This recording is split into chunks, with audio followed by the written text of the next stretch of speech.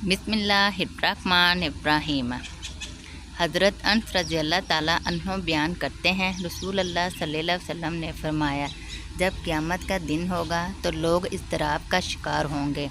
वो मिलकर आदम अलैहिस्सलाम के पास आएंगे और कहेंगे, अपने रब से सिफारिश करो। वो कहेंगे, मैं इसका अहल नहीं हूँ, लेकिन तुम इब्राहीम अलैहिस्सलाम के पास जाओ, क्योंकि वो अल्लाह के हलील हैं।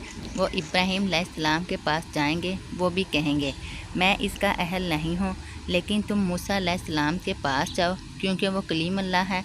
वो मूसा अलैहिस्सलाम के पास आएंगे, वो भी यही कहेंगे, मैं इसका अहल नहीं हूँ, लेकिन तुम ईसा अलैहिस्सलाम के पास जाओ, क्योंकि वो अल्लाह की रूह और इसका कलमा है। वो ईसा अलैहिस्सलाम के पास आएंगे, वो कहेंगे, मैं इसके अहल नहीं हूँ, लेकिन तुम मोहम्मद सल्लल्लाहु अलैहि वसल्लम के पास जाओ। चनाचे वो मेरे पास आएंगे तो मैं कहूँगा, मैं इसके लिए तैयार हूँ। मैं अपने रब से इजाज़त तलब करूँगा तो मुझे इजाज़त दे दी जाएगी। वो मुझे हम्मद के अल्फाज इल्हाम फरमाएगा तो मैं इन कलमात अल्फाज के ज़रिए इसकी हम्मद बयान करूँगा।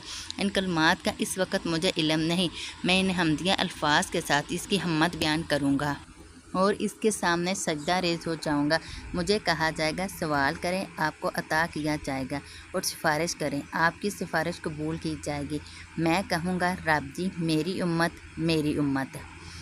चनाचे कहा जाएगा, जाओ और जिसके दिल में जू के दाने के बराबर ईमान है, इसे दोज़ख से निकाल लो।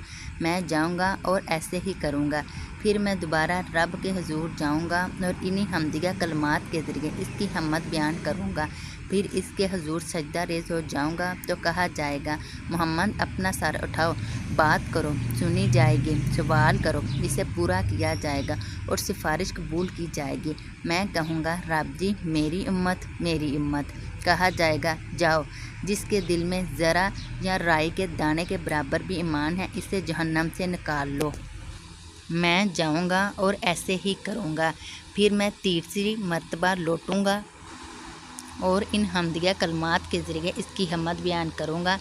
फिर इसके हुजूर सजदा रेज़ हो जाऊँगा तो कहा जाएगा, मोहम्मद अपना सर उठाएं, बात करें, सुनी जाएगी, सवाल करें, इसे पूरा किया जाएगा और सिफारिश करें, इसे कबूल किया जाएगा। मैं कहूँगा, रब जी, मेरी उम्मत।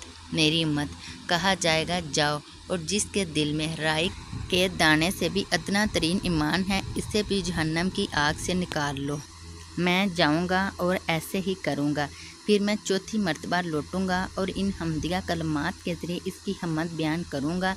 फिर इसके हुजूर सजदा रेज़ हो जाऊँगा तो कहा जाएगा, मोहम्मद अपना सर उठाएं, बात करें, सुनी जाएगी, मांगे, अता किया जाएगा और सिफारिश करें, तुम्हारी सिफारिश कबूल की जाएगी। मैं कहूँगा, रब जी, मुझे इस शख्स के बारे में इजाज़त दे दें कि जिसने ला इलाहा इल्लल्लाह कहा हो और मैं इसे जहन्नम से निकाल लाऊं।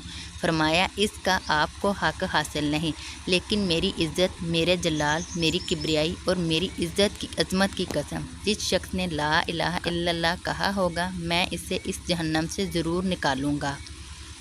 हज़रत अबू हुरैरा रज़ियल्लाहु ताला अन्हु नबी सल्लल्लाहु अलैहि वसल्लम से रवायत करते हैं, आप सल्लल्लाहु अलैहि वसल्लम ने फरमाया, रोज़े क़यामत मेरी शिफ़ात के लिहाज से सबसे ज़्यादा सादतमंद शख्स वो होगा जिसने हुलूसे दिल से ला इलाहा इल्लल्लाह, अल्लाह के सिवा कोई मबूद बरहक नहीं, पढ़ा होगा। मिशकातुल मसाबी, हदीस नंबर 5574। हज़रत अबू हुरैरा रज़ियल्लाहु ताला अन्हु बयान करते हैं, नबी सल्लल्लाहु अलैहि वसल्लम के पास गोश्त लाया गया तो इससे एक दस्ती आपकी खिदमत में पेश की गई, जबकि दस्ती आपको पसंद थी। आप सल्लल्लाहु अलैहि वसल्लम ने अपने दांतों से एक बार इसे नोचा, फिर फरमाया, रोज़े क़यामत में तमाम लोगों का सरदार होऊंगा। इस दिन तमाम लोग रब्बिल आलमीन के हुजूर खड़े होंगे, सूरज गुरूब हो जाएगा और लोग गम तकलीफ़ की इंतहा को पहुँच जाएंगे।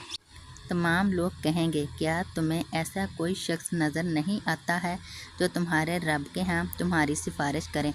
चनाचे वो आदम अलैहिस्सलाम के पास आएंगे और फिर आगे हदीस शफ़ात बयान की और फरमाया, मैं जाऊँगा और अर्श के नीचे पहुँचूँगा तो अपने रब के हुजूर सजदा रेज़ हो जाऊँगा। फिर अल्लाह अपने हम्दो सना के ऐसे कलमात मुझे सिखाएगा जो इसने मुझसे पहले किसी को नहीं सिखाए होंगे।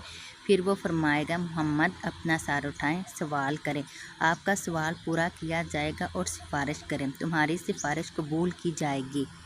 میں اپنا سر اٹھاؤں گا اور کہوں گا رب جی میری امت، رب جی میری امت، رب جی میری امت۔ کہا جائے گا محمد آپ اپنی امت کے ان افراد کو جن پر کوئی حساب نہیں ابواب جنت میں سے دائیں دروازے سے داخل کیجیے، حالانکہ انہیں اس کے علاوہ دیگر دروازوں سے لوگوں کے ساتھ گزرنے کا بھی حق حاصل ہے۔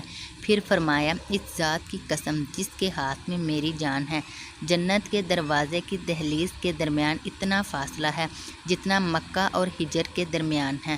مشکوٰۃ المصابیح، حدیث نمبر 5575۔